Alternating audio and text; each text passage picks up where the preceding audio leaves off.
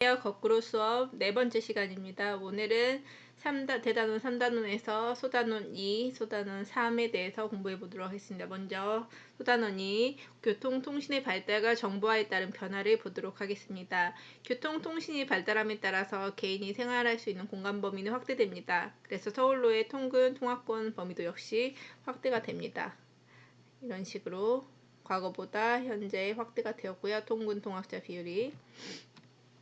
그다음에 일상생활에서 시공간적 제약은 완화되고 있습니다. 그렇지만 문제도 있는데요. 생활 공간은 격차가 생깁니다. 접근성이 좋아진 대도시가 주변 중소도시의 인구나 경제력을 흡수하여 지역 격차가 오히려 더 심해지기도 한다는 문제점이 있습니다. 그리고 두 번째, 생태환경의 변화와 해결 방안을 보자면 교통통신 발달에 따라서 외래 생물종 전파라든지 환경오염, 생태계 파괴 등의 문제가 있고요. 해결 방안 같은 경우에는 이 생태 통로를 건설해서 야생동물이 지나가고 있어요. 이런 생태 통로를 본 적이 있을 거예요. 그런 걸 건설해서 로드킬 발생 횟수를 줄인다든지 등의 해결 방안이 있겠습니다. 이런 버스를 타본 학생들은 버스 도착 몇 분 전 아니면은 뭐 지하철도 마찬가지고요. 이런 거는 어떻게 해서 이렇게 알 수가 있는 걸까요? 바로 인공위성에서 위치를 알려주는 것인데요. 이런 인공위성을 활용해서 위치를 알려주는 시스템을 GPS, 내비게이션을 사용할 때도 많이 활용되는 기술인데 GPS를 통해서 그 위치를 파악을 할 수가 있습니다. 그래서 우리가 지도 같은 것도 이런 SNS 같은 경우에도 내가 어디 있다는 것도 역시 GPS 기술을 활용해서 사용하는 기술이라고 볼 수가 있고요. 이런 식으로 인공위성을 활용해서 정보를 수집하는 것을 GPS 시스템이라고 한다면 이렇게 인공위성, 항공기 등등의 정보를 수집해서 입력 저장해서 분석 종합해서 원하는 결과물을 만들어내는 일련의 총 과정을 뭐라고 하냐면 바로 지리정보체계 GIS라고 합니다. GIS가 더 큰 개념이고요.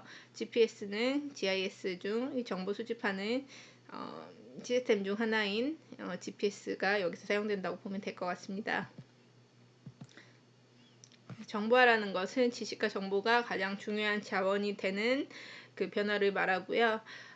그 중에서도 공간 정보 기술이라는 게 정보화 시대에 발달해서 활용하게 되는데 아까 말했던 GPS 그리고 다양한 지리 정보를 컴퓨터에 입력 저장하고 이를 다양한 분석 종합해서 제공하는 시스템 전체를 GIS라고 합니다. 그러면 가상 공간 활용에 따른 변화는 SNS가 활용되면서 직접 민주주의 이상이 실현되기도 하고 경제 생활에서는 우리가 집에서도 이제 일을 할 수가 있게 돼서 재택근무가 증가하고 전자상거래 우리가 인터넷 쇼핑도 하고요. 그 다음에 무점포 업체 우리가 그 가게가 따로 일상에 있는 게 아니고 우리가 인터넷 쇼핑 생각하면 될 것 같습니다. 그 다음에 가상 공간에서 인간관계 활동이 증가하는 사회생활이 있고 유비쿼터스 구축으로 온라인 교육 및 진로 서비스 확대 즉 우리가 어디서나 클릭 한 번으로 인터넷 교육 어떤 사이트에 접속한다거나 이런 걸 바로 유비쿼터스 어디서나 자유롭게 통신망에 접속하여 자료를 주고 받을 수 있는 상태를 가져왔습니다. 마지막 세 번째 3단원 내가 사는 지역의 공간 변화에서는 지역을 만약에 조사하고 싶다 그러면 3단계를 거치는데요. 먼저 조사 계획을 세워야 됩니다. 그 다음에 그 계획을 세웠으면 지역 정보를 수집하고 그 다음에 지역 정보를 분석하고 결론을 도출하는데요. 조사 계획 단계에서는 조사 주제, 그다음 어디 지역을 선정할지 이게 가장 중요합니다.